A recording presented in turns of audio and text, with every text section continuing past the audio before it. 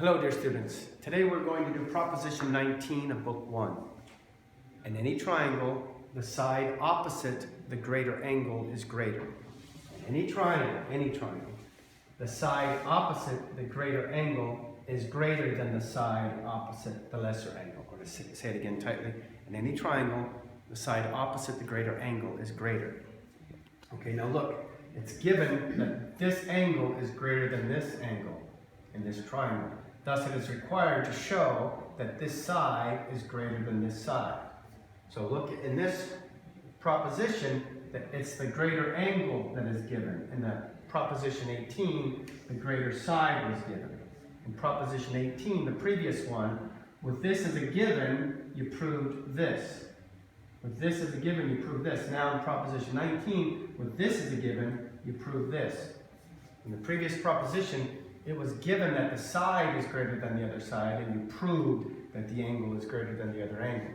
In this one, it's given that one angle is greater than the other, and thus it is required to prove that the side opposite the greater angle is greater than the side opposite the lesser. Let's go to our bag of knowledge. We're going to use today from our bag of knowledge the truth about an isosceles triangle, that the angles at the base are equal, and then we're going to use our bag of tricks, the reductio ad absurdum, to reduce something to an absurdity. Because it seems obvious to us that this is greater than this. We say, okay, it's greater. But Mr. Smarty Pants, good for him, he says, well, prove it. Yeah, that seems right, but I don't see it necessarily. I want to see it with my intellect. Then you say, okay, Mr. Smarty Pants, that's cool. We have three possibilities, right? That this is either equal to this, or this is less than this, or this is greater than this. There's no other possibility, right? Right, says Mr. Smarty Pants. Okay, let's do this first one. Let's grant that this is equal to that. I know it doesn't look equal, but again, good for Mr. Smarty Pants. We want to see it absolutely certainty with our intellect, okay? Now, to do a reductio ad absurdum, you grant something that doesn't seem true. But you say, okay, I'll grant it, that this is equal to this. Then you say, well, we know such and such is so, right? Well, then it would follow, this would follow, right? Right. And then we know that such and such is so, right? Well, it would follow that, what? That's absurd. Okay, if that's absurd, then what we granted at the beginning must be false. That's what we're going to do today, okay? So we're going to talk to Mr. Smarty Pants. Okay, good for you, Mr. Smarty Pants. I'm not mad at you because you're really helping me see it with my intellect. So let's say, even though it doesn't look like it, let's say that this is equal to this.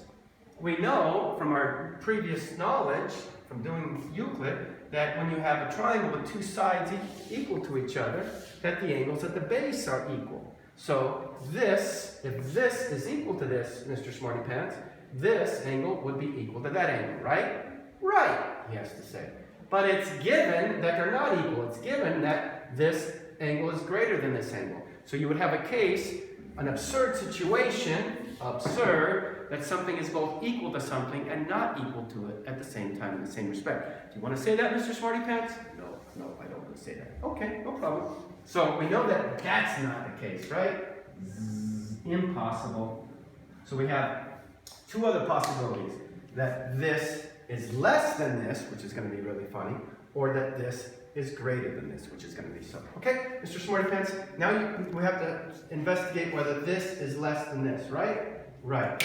Okay, well, if this is less than this, said another way, this is greater than this, right? This line is greater than this line. Oh, yeah. Now I'm hurting his imagination, but no important. Well, we proved from Proposition 18 that if one line is greater than the other, the angle opposite that line, the greater line, is greater. So if this line is greater than this line, this angle is necessarily greater than this angle because this angle is opposite the greater side, and this angle is opposite the lesser side. So we have this angle being greater than this angle.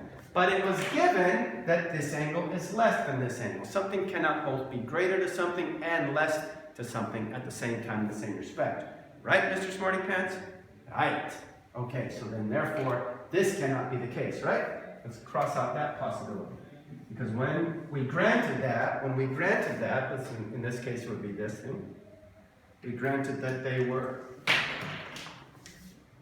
that this was less than this, and we came to an absurdity, that this angle is both greater than and less than this angle at the same time in the same respect. Well, golly, we had three possibilities. 1, 2, 3. They're not equal. This is not equal to this.